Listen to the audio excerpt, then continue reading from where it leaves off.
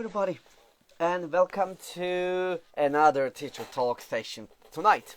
Tonight we are going to have our first session of 2022, and also of course it is the 84th session, but this is our first session for the new year. Yes, and for for this night we plan to have a very special guest for the first session of the new year. We are going to Dubai. Yes, our guest is from Dubai, and most of you know her and from her webinars and seminars and sessions, and maybe you're following her also and know her for a long time, just like me. And she's Anna Hasper, and she's a teacher development specialist, and she's empowering the teachers, and she's a teacher trainer, and she's also ELT author and course designer and material writer, and she is also CELTA tutor and assessor, and also educational consultant, and also she's IELTS and young learner specialist, and also she's helping publishers support teachers. She's doing lots of things, and she's doing amazing things, and actually she's providing lots of useful things for ELT world. So I don't want to waste time. I just want to quickly invite her and start our live session that you are looking for this session too, just like me. When she comes, we are going to start our 84th session. I'm so excited. Yes, there she is. Yes. Hello, Anna. Can you hear me? Hello?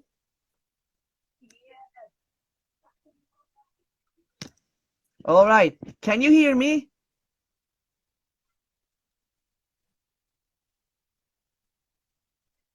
Yes. Hello?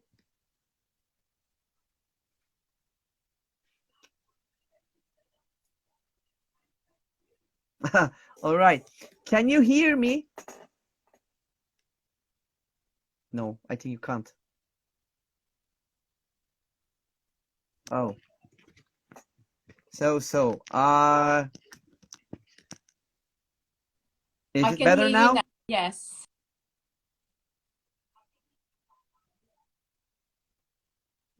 Okay. And so, all right then. So, it's great to see you, and it's really lovely to see you, Anna, here in Teacher Talks 84th for the first session of the 2022. And I would like to say thank you to accept my invitation for Teacher Talks and being my guests and being with us tonight. It's my pleasure to be here, Volkan. Thank you so much for the invite, and thanks everyone for joining us. Lovely. Yeah. Yeah, people are waiting for this session. I think it's really great. So, all right then, I know about you, and I try to, give some information about you, and I hope I didn't make any mistakes about the information that I have given here. And so, let's do like this. If it's possible, can you tell us about yourself a little bit and a bit about your experiences? Oh, it's always very difficult, I find, to talk about myself. If I would have to describe myself in one way, I would probably say I'm a self-confessed addict to learning. I'm easy about education. And I think I've always been interested in learning. Even as a child, I loved to write, walking around with pens, highlighters, and books. And I really love what I do in my job, teaching, IELTS and young learners mainly, and also teacher training. And to be honest, I think when I look at my work, I don't really care so much about the nitty gritty of the grammar. I really care about education in general. How do I make people learn? And that is really my passion, how to enhance that learning in any context, in the classroom, in the training room, and how to make that approach to the culture the teachers are working in or my learners are being raised in. So that's a little bit about me. My experiences as a primary very different context, because in primary school in New Zealand, we have year 4, 5, 6 always together, or year 1, 2, 3. So I think one of the things in my experience that stand out is that differentiation, because we always have to differentiate. I've got 8-year-olds in one Exactly. classroom. So that's something I'm really passionate about, to create that inclusive classroom where my students can actually learn from each other as well, because I think that is very much very important, but a little bit underused maybe in the ESL classroom. Yeah, what else? I make sure that everything is accessible for my teachers, all my students. So I always try to work on grading language and making it multimodal. Images, text, different ways, body language, as you can see. Yeah. I Yeah, can so see that's a bit easily. about me. Oh, that's about you. Of those before we got students from the Middle East. Yeah.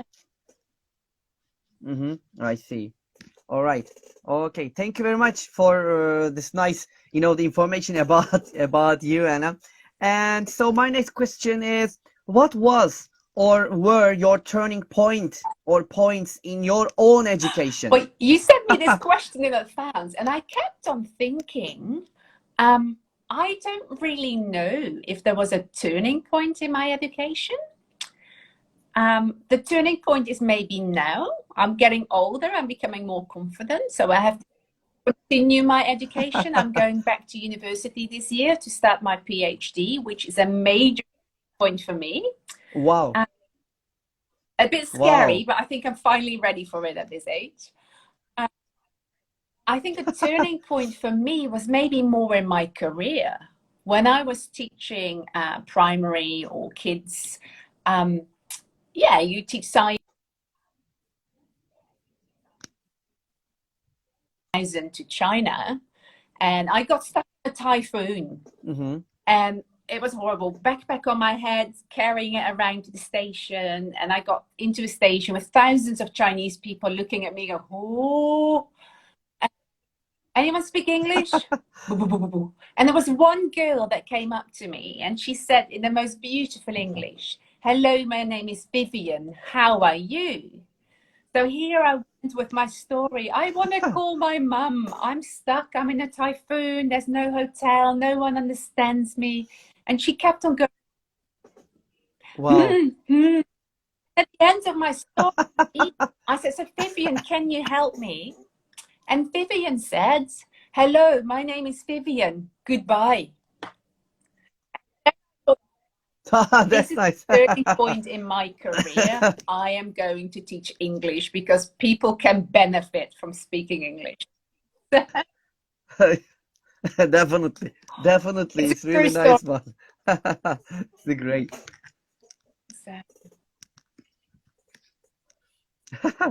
All right. Okay. Thank you very much, Anna. And the people are asking me sometimes because, Anna is in Dubai and she's connecting to live session via VPN because sometimes, okay, sometimes this can be happen. All right. So about the how can I say about the session. All right. So, but don't worry, she's here, she's not going anywhere, and we will have a really nice session with her. Okay, so let's move to the next question. And by the way, if you have any questions to Anna, please write them into the chat, into the question part, so we can directly ask your questions to Anna. Because when you write it into the comment part, sometimes we can miss it while we are listening to Anna, or while she's talking, she can also miss your questions. So if you write it into the question part, so we can easily divert your questions. All right. So Anna, we know that you have a very long and very, the huge experience about teaching and so far. So when you think about it, probably you have a kind of a teaching philosophy, probably. So what is your philosophy of teaching? Very interesting question. if you have worked with me as a trainee teacher, or maybe in other ways in webinars, you will always hear me say that teaching is not really about teaching. For me, my philosophy in teaching is about optimizing my students' learning opportunities, because I think what we are supposed to do, we are in the business of learning. We need to make sure that our students actually develop and move on to the next level. So for me, it's very much about how do I make learning happen? And in that, my philosophy is that I'm very much learning centered. I'm trying to look at the cultural responsiveness. How can I teach in a way that suits my learners? I also try to think about the context sensitivity, what sort of and do they respond to? So I think my philosophy is that I have to adapt the way I teach to the teachers or the students I've got in my classroom, because every student and every I see.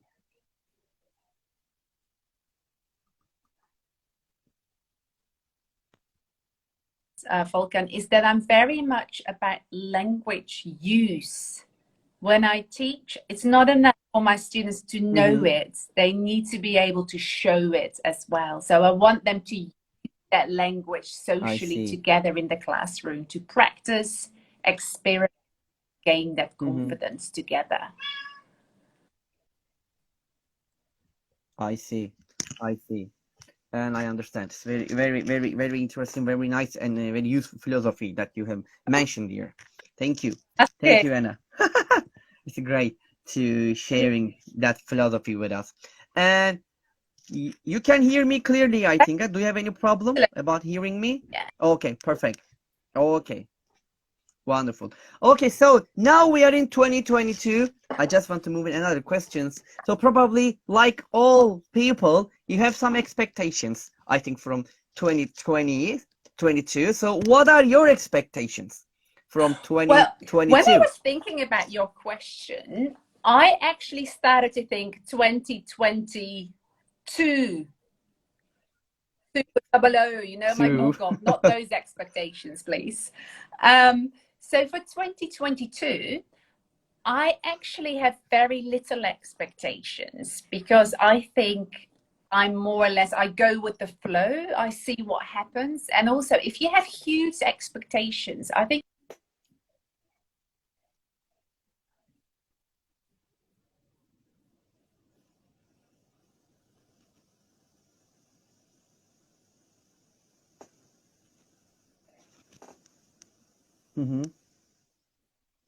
to develop maybe more hybrid learning programs or curriculum. And we maybe are going to develop better ways of doing that in 2022, because I don't know what it's like in Turkey or in your countries. I think a lot of us are still online, in the class, online, in the class. So that's one expectation. And based on what we have experienced in 2020 and 2021, I really have the expectation that schools, hopefully, are going to take better care of their teachers. The mental well-being, that's mental health is really important for our teachers and our students. So I am expecting schools to give us the tools to develop social emotional skills as teachers, to be better and able to support our learners. But if it's going to happen, I don't know. But that's what I hope. Yeah, well, we hope so. It's nice, expectations, but we don't know. As you said, we can't guess what's gonna happen. I hope it can happen. Yeah, just like this. Okay, we have a question, and by the way, let me show you the question. Oh, sorry, there is no question. I was seeing just like there's a question, but okay, so there is no. Let's move to another question after our talking about our expectations. And as you know that there's a very, the common term well-being, which is really, really important. After the COVID-19, it becomes more, the more popular, that term. So when you think about the teacher side, how can teachers improve their well-being? Very interesting question. And I think, like you say, it is becoming something we talk about more. I think it's always been there. We've always been aware of that. We need to take care of ourselves as teachers, because if we don't take care of Mm-hmm. ourselves, how can we take care of our learners, right? But in all that stress in Sure. 2020, 2021, it's really brought it to the front of our mind. So what can we do?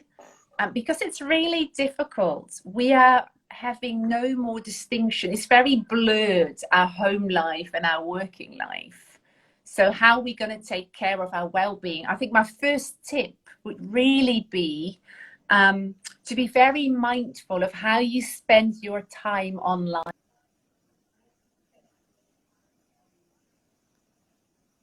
Mm-hmm.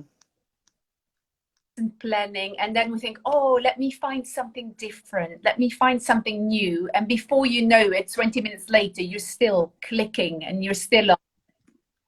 For your Yeah, private life, like what we're doing tonight, we're I also see. online. I think that's really important. Be mindful. Maybe sometimes just say no Facebook today. Just have a break. um it's Exactly. Yeah. crazy. Our whole life is behind the screen. It's beautiful as well, but I think also we need a break sometimes. um And the second thing, I think, for us as teachers, to be really aware of how are we stressing ourselves out. I don't know how you experience this, Mm, but for me, when I teach online or when I train online, I get very little done, much less than in a face-to-face context. So I maybe see. say, change your expectations. Less is more. We can't do. Exactly. Turkey have the same challenges that we have. Your curriculum is very busy. Is that, yeah? Definitely.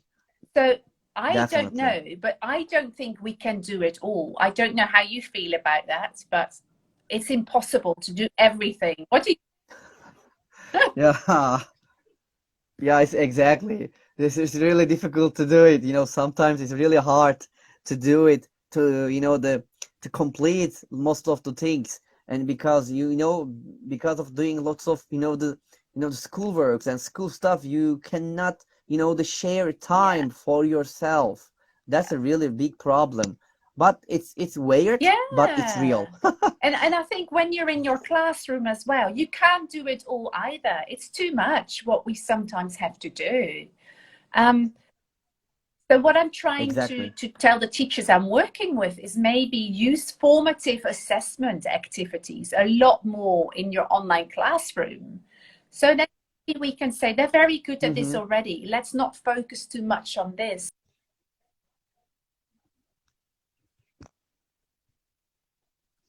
Lesson I see. objectives, because everything takes longer, but they still need to have the same result at the end, right? So Definitely. I agree. I totally agree, it's Anna, a with challenge you for about it. everyone, I think. About it. Yeah.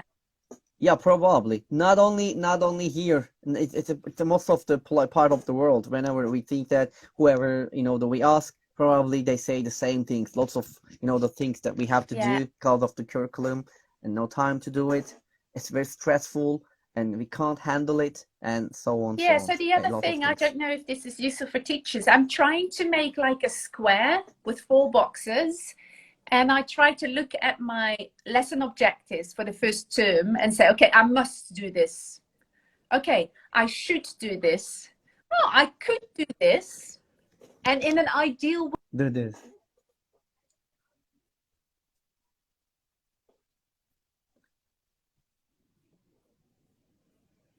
stress myself out, but also my students, and that's not healthy.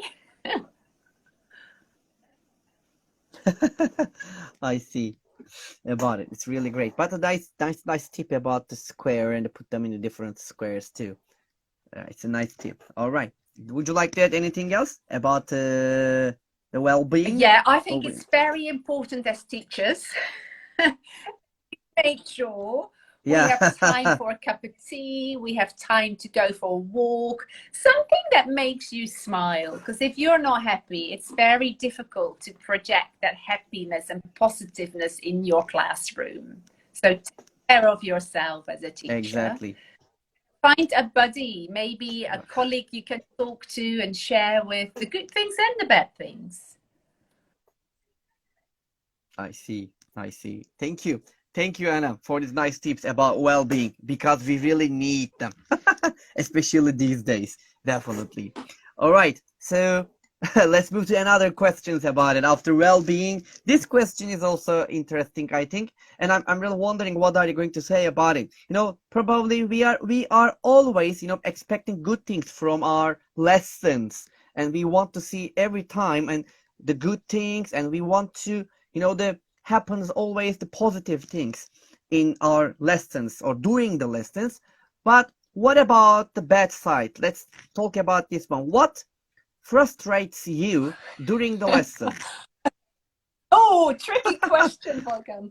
I'm actually a very patient person for my teachers and my students. Not sure if my husband will say the same, but that's okay. What frustrates me the most is probably when you set your instructions to an activity or a task, you spell out what they need to do, you do a model, you maybe even do your ICQs, and they all sit, and there's always one going like this, looking at their phone or something. So you've set the instructions and you think, right, we're ready to go.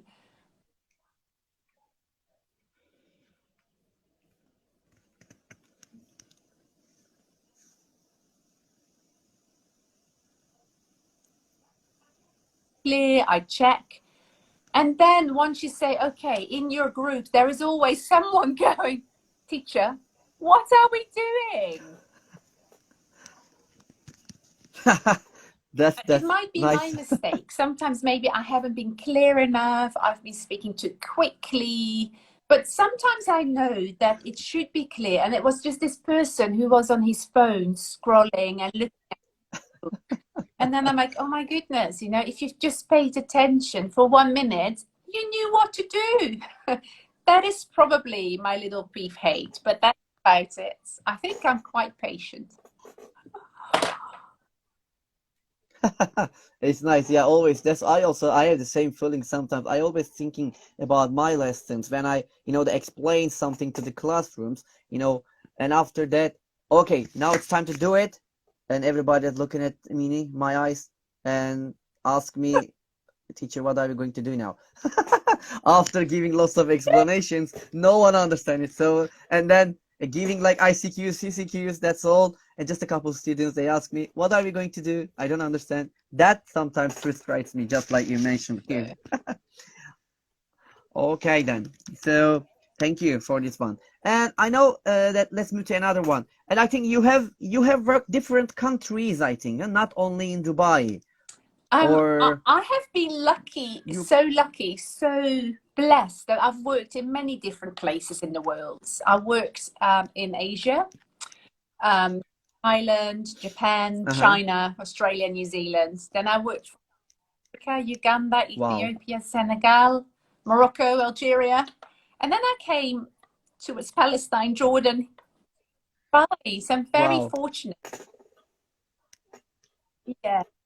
It's wonderful. So my question is going to be about this, about the different work in different countries. Like, how has your experiences prepared you for another country that you work? Lovely. And of course, there's some people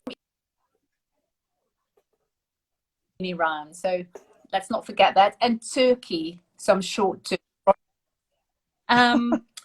Both of your countries have lovely food, actually. How have they prepared me?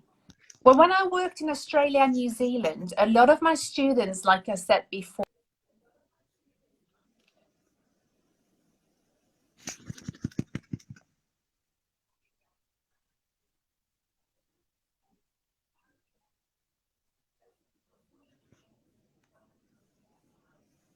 and that really helped me to sort of understand when I moved to Japan and China, how people actually think, because it's very different. The culture is very different to in New Zealand, where we're quite open and chatty, in Europe. So that really made me see, okay, they're not wanting to speak. In their culture, they're just very shy.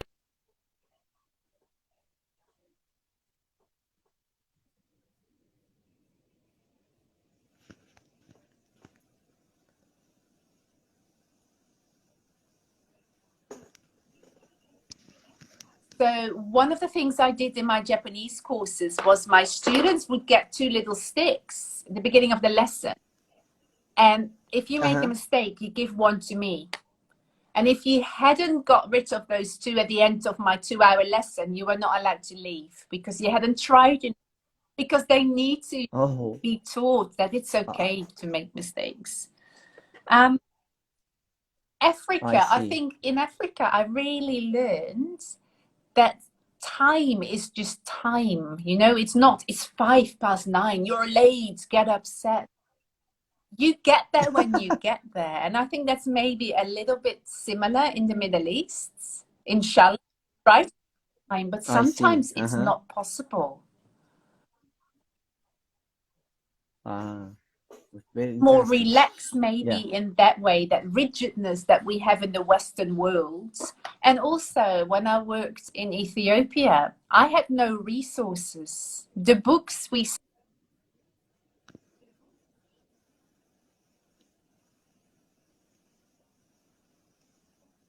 teach, when you teach academic English and you have books, so you have to be very Uh-huh. flexible, think about teacher or student generated materials, and become very creative. And I think that was my biggest learning opportunity, because I had 3 months, 20 hours a week with zero resources other than a blackboard book.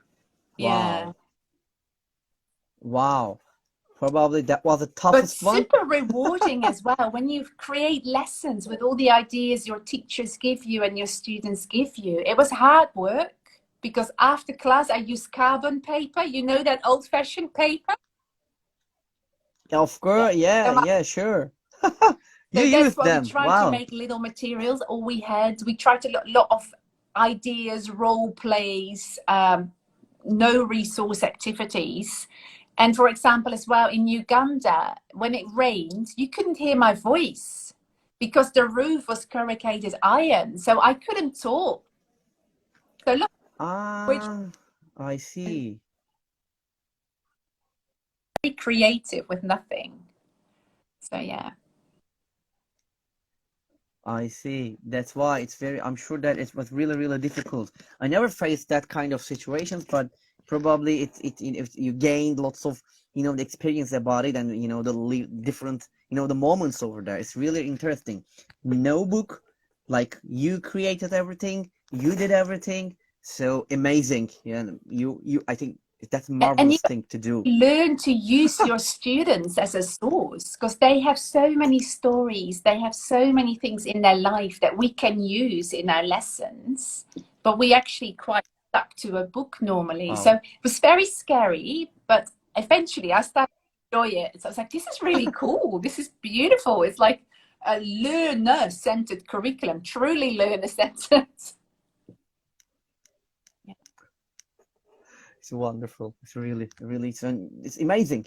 I can't, I can't find, there's any, the words to explain about it. The how hard it was, and you manage it, and you did it. That was really excellent achievement, I Thank you. think. There's, there's a question this time. Let me look. It says here there's a question, but I think I don't know. They ask and then they delete the question. I don't know. When I click on the question, it's gone. I don't know. Anyway, let's move to another. How have you? There's a question here. How have you managed time and students' motivation if no books? So challenging. I actually think the time, yes, that is definitely a challenge, but the motivation, if the activities and the content of the activities comes from your students, they're often much more motivated, but you have to stop them at some stage.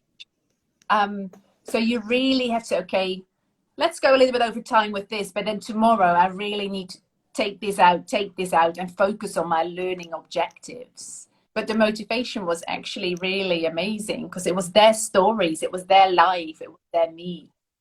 Yeah. So which is it comes from the inside of the students, like they motivate themselves, because as you mentioned that they're something, you know, that's a topic and everything related to their life, and they come from them, so they are more motivated to do something Yeah, very much. with the lesson, more Yeah. motivated about it.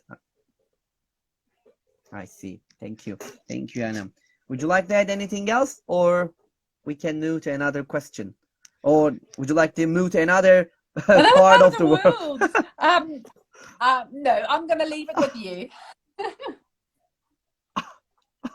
Okay, great. Thank you very much to share these lovely experiences with us.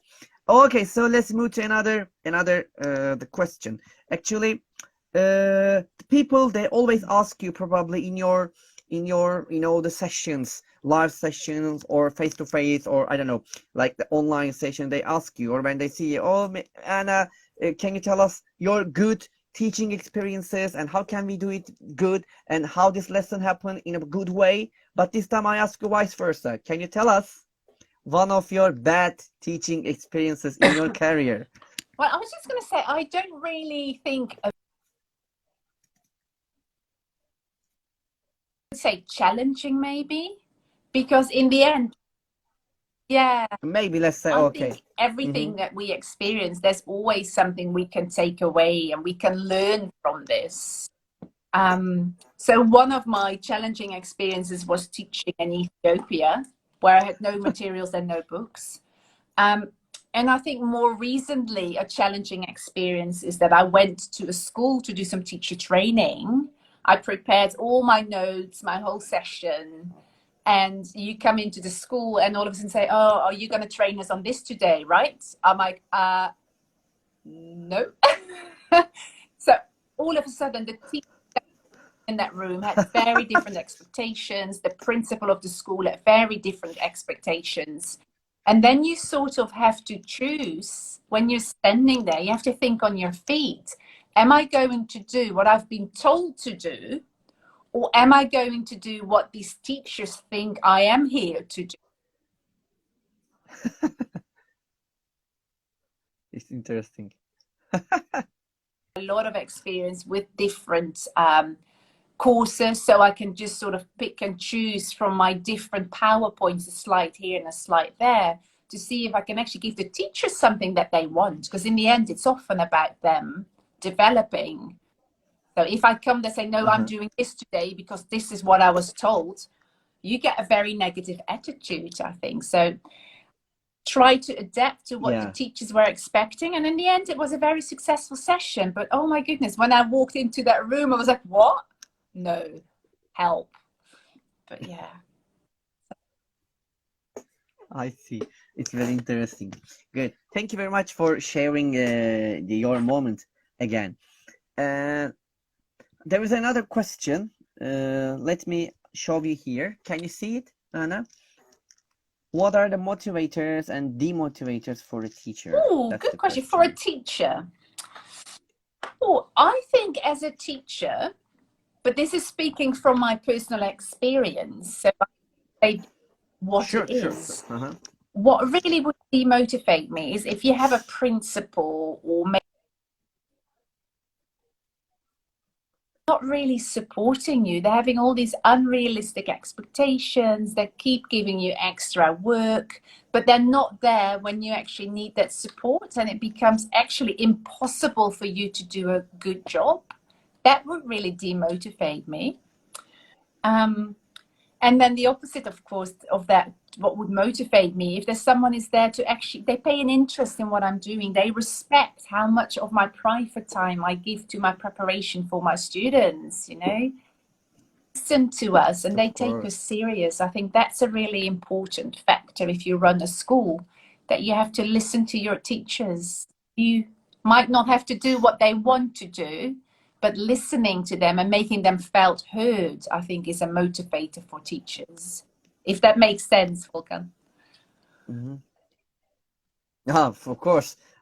Thank you very much. Of course, it's really, you know, I think probably you gave a nice answer for the questions like the motivators and demotivators, and thank you. Of That's course, another it gives one. kind of a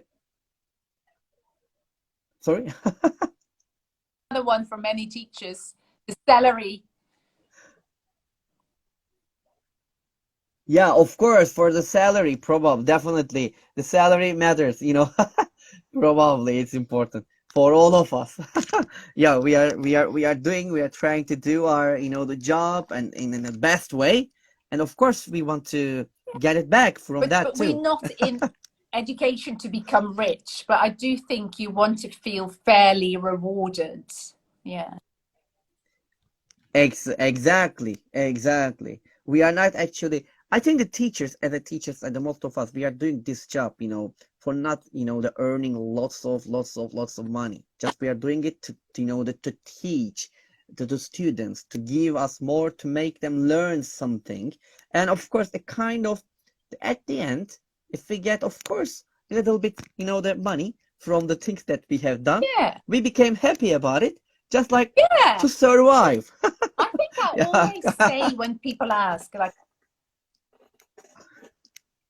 paid for my hobby, because this is how I feel about teaching and teacher training. It's from the heart, right?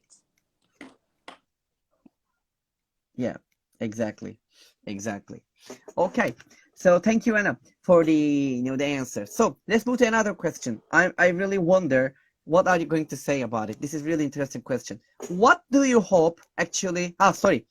And what do you hope the teachers remember from your training sessions last year?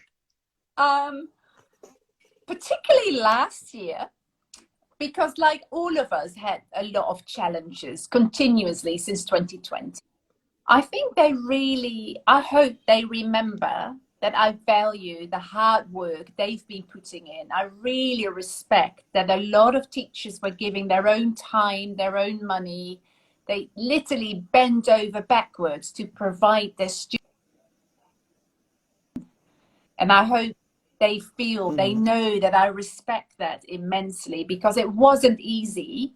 And I would say 99.9% of the teachers I've worked with last year, they are still doing everything they can to make a difference in students' life. I see. And Okay. the other thing, I think teachers should be kind to themselves. We shouldn't be too hard. It doesn't need to be perfect. As long as it's good enough, that is absolutely fine. We don't need to be perfect. I see. These are the things that you hope that they And of remember course, it a little from bit of last year. content, It's Volkan, great. but I think there's a Of course, the content. Yeah, definitely, they should remember the content that you have taught them. Of course, probably, and use the things that you have taught them in their classes or in their teachings or whatever. All right, thank you, Anna. All right, so let's move to another question. This question is I really like the questions, and I really wonder what are you going to say about it. What does the term equal opportunities mean to you? yeah, Hard a fair question, huh? question, because it's such an important piece of terminology. But I think when I look at context, we're speaking about equal opportunities. And if you look at the dictionary definition, you know as well as everyone else, and I do, that means that we're treating everybody the same and equally. So you get the same materials, you get the same support, you get the same learning activities, without me thinking about your individual learning differences or learning needs.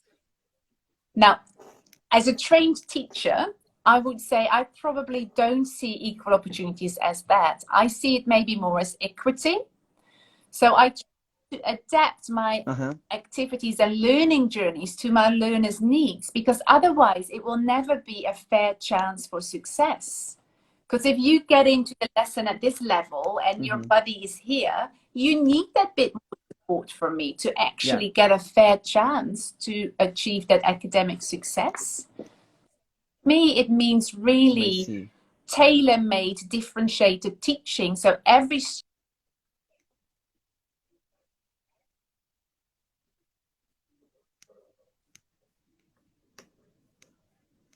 Did you hear that?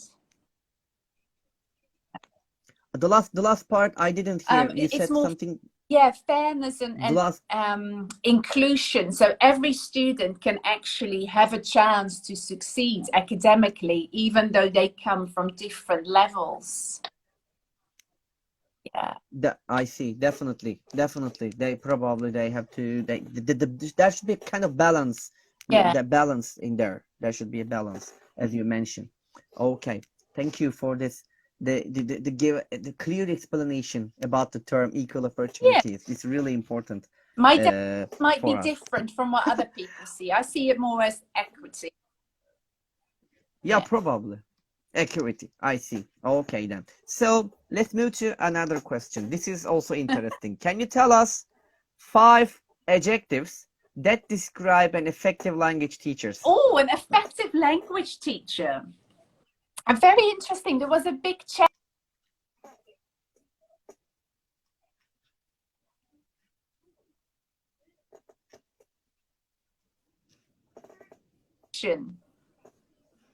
Yeah, I think you need to be passionate about what you do as a teacher, because it's very contagious. If you go into and you don't love what you do and your body language is like this, I think much the passion. No. Being caring as well. Yeah. Okay. Online, good. we need 2. to humanize this learning environment to make rapport building happen and well-being. Number 3, we need to be committed as teachers. Committed. Various reasons. So many things are changing. So professional development, we need to keep up. We need to give more sometimes. Exactly. Number 4, open-mindedness. Yes, that's also another good point. There is change, and there will be more change in future. So we have to go with. Definitely. And the last one. If you're not curious, you're not learning, you're not exploring new things. So curiosity is a really important part of our job. There's curiosity. Yeah. Yes. 5 fun. Wonderful.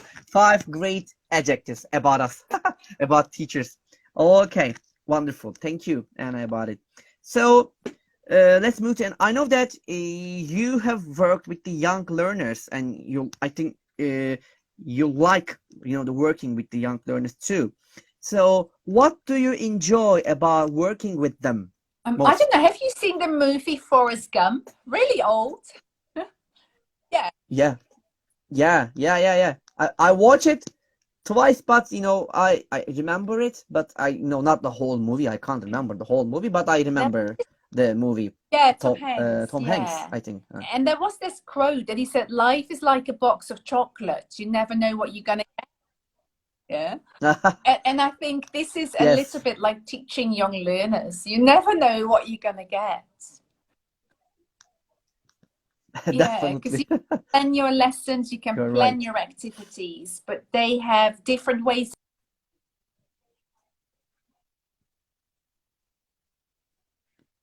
And sometimes it's just, there's never a dull moment. They've got these questions that you think, oh my goodness, how am I going to deal with this? They used to surprise me. I think that's the best way.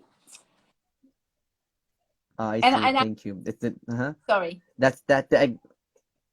And I love seeing them develop their own personalities as well, to grow into little adults, or how you want to say that.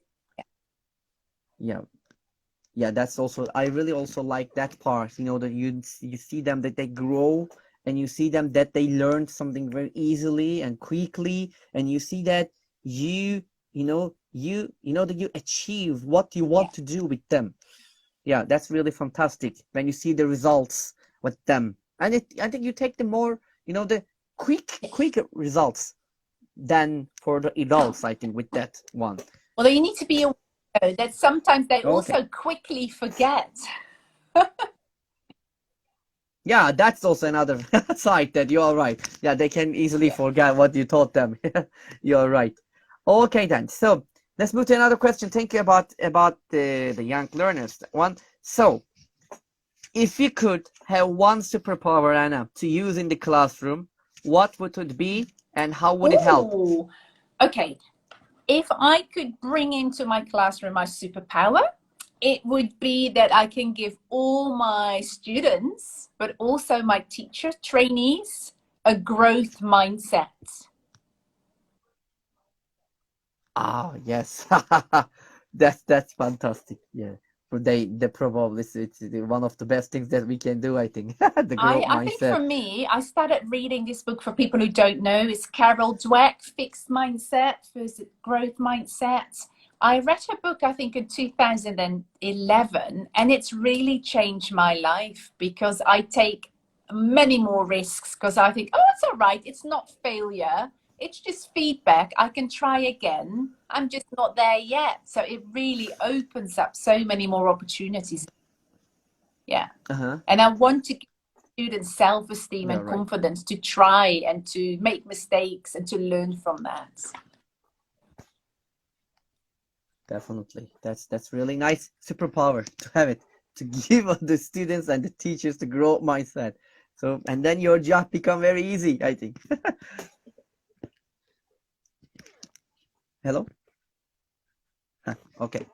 All right. So let's move to another question, Anna. Uh,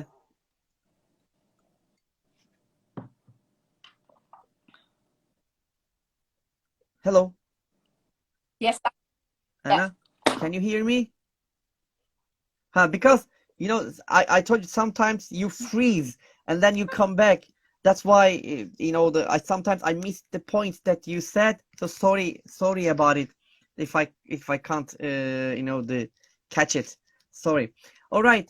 So let's move to another the question about it. So that we last year we faced a lot of difficulties because of COVID-19. Actually, not last year, but the previous year too. Almost 2 years we have this the COVID-19. But the thing is that except COVID-19, we faced lots of other things too. What was the biggest challenge that you faced last year? On. Yeah. Yeah. I think Well, if you want me to ask you to 2022, I can ask what was the biggest challenge that you faced in 2022? Probably you said nothing. connecting to Instagram. No.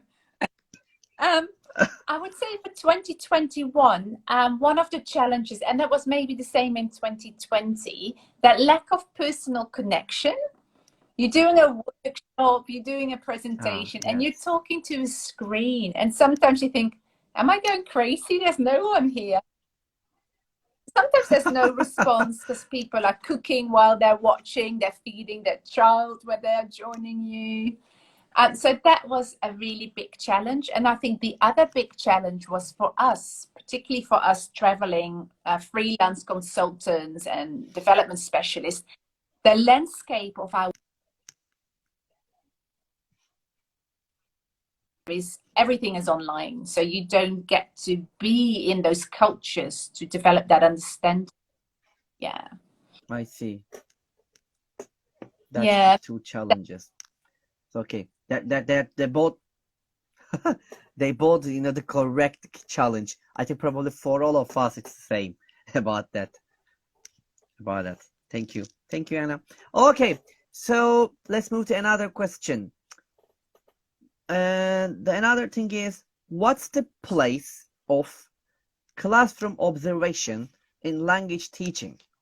And have you ever faced a very difficult teacher to change his or her mind after the class observation of him or I'm her? going to answer that second bit first. The answer is yes.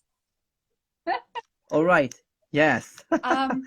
I wish I had my superpower so I could give them a growth. Yeah, about the growth mind. I think some people are very set in for 25 years when they come and join you on the CELTA course, and it's very difficult in 4 weeks' time to expect them to change their attitudes, their approach to teaching. And that makes it very difficult because they might not pass the course if they don't develop or meet the standard. Definitely. But classroom observation, I think definitely one fundamental purpose of that is really to describe what's going on in a classroom.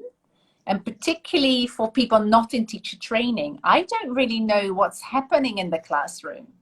The teacher might tell me this, the students might tell me that. So to observe in a classroom, I can see what impact the teacher's behavior or actions have on students' learning, on their attitude, on their behavior. And hopefully we can identify areas that are really well managed in the teacher, but also areas that we say, maybe this is something you want to improve in future.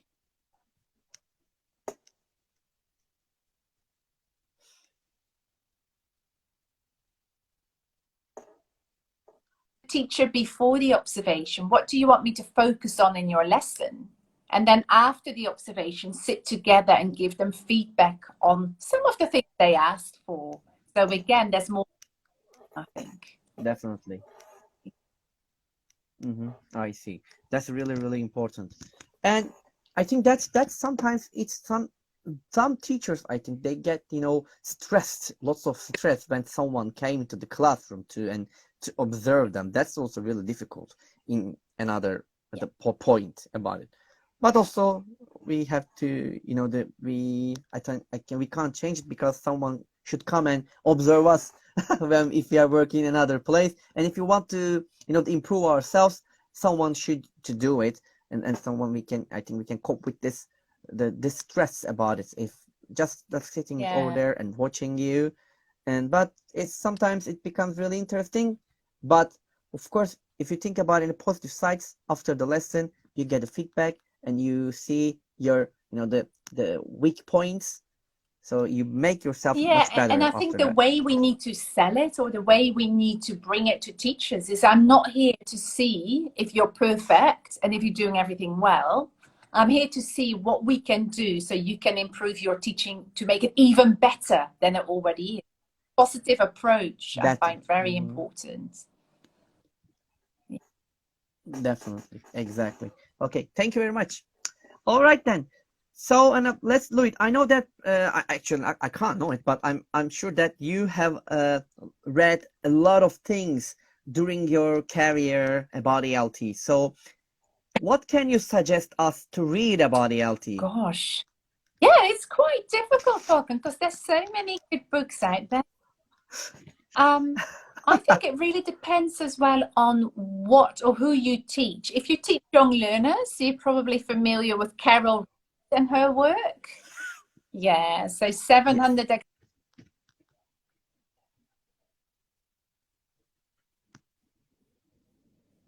If you teach adults, there is the Delta Publishers series, and they've got some amazing books for teach development from Donald Ford, teaching lexically from Hugh. And there is also Okma, sort of teaching unplugged from Scott Thornbury.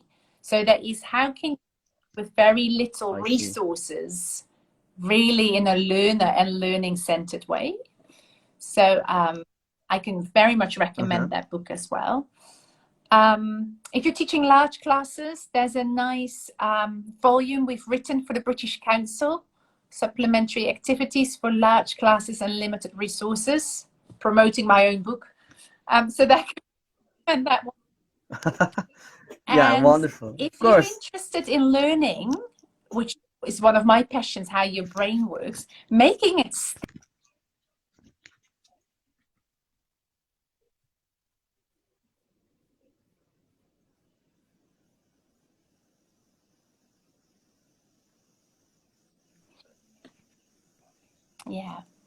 I see. Okay, so that's all. And about the books that you mentioned, if you can just text me or just text me about the writers and the book's name, I can share them with the audiences after the live session so they can reach it or they can see it. What are they? And they can remember it, of course. That's because yeah, because the books and the writers, the educators that you mentioned, they are really, really important for ELT. So that can be really nice after the session. Thank you. All right. So let's look at just the couple questions we I left know. because the time flies. Yes. So this is a little bit difficult. When you think about 5 Ws and how, like who, what, Yes. where, when, and why, and of course how, what questions come to your mind about ELT world? From my perspective as a teacher development, do you want to do in 2022? I think you need to have an aim as a teacher to keep growing. And where do you want Uh-huh. to end up in your education career? Do you want to be direct studies, teacher trainer, Yes, owner of a school? When do you want to achieve your aim? Have that timeline. Why exactly. are Uh-huh. you doing the job you discover? Is this really what you want, or is it by lack of any better? Who would you like to have as your mentor or role model? I think that's a really good one as well. And how do Exactly. you Nice. want to come across as a teacher or teacher trainer? What do you want people to say about you when they leave your lessons? I see. Yes. That's really. Is that all finished? All the questions? Like I who, think what, so. where? That's all. And you left? Oh, okay. Yes, that's all. Thank you. That's really the good questions about the 5 Ws and how. Thank you very much. We need to think about them also. Okay. So let's look at just 2 questions left, Anna, before the ending our live sessions. Here is the next question. Let's suppose that we finish our live sessions and you step outside your house and find a lottery ticket that ends up winning $10 million. What would you do? Cool. That's a lot of money. I don't know what you know about me, but I love cats. I'm a bit of a crazy cat. So I would Ah, probably organize like a rescue cats foundation because I love cats. I would also like to set up some program in Africa where I work with the schools and teachers to have sustainable development for my teachers and some of the kids, because a uh-huh. lot of children in school don't even have notebooks or pens. Would like to give some money to my friends and my family. Put the rest in the bank probably, and take a little bit for me to travel once the borders are open again, because I'd love to see more, take more photos in Ah, the world and travel a bit more. great, wonderful plans about that money, really. All right, thank you, Anna. All right, so here is the last question of the night. Ready for it? I think yes. Oh, okay. And what is your motto? What is my motto? Don't let perfect stop you from being good enough. Yeah, because Ah, we don't need to be very nice. perfect. No one is. Just give Don't. it a go, and that is often good enough. Yeah. I see. Thank you. Thank you very much for that one. For that now nice motto we ended up. Okay then. So that's all from my side, Anna. All my questions are that's all.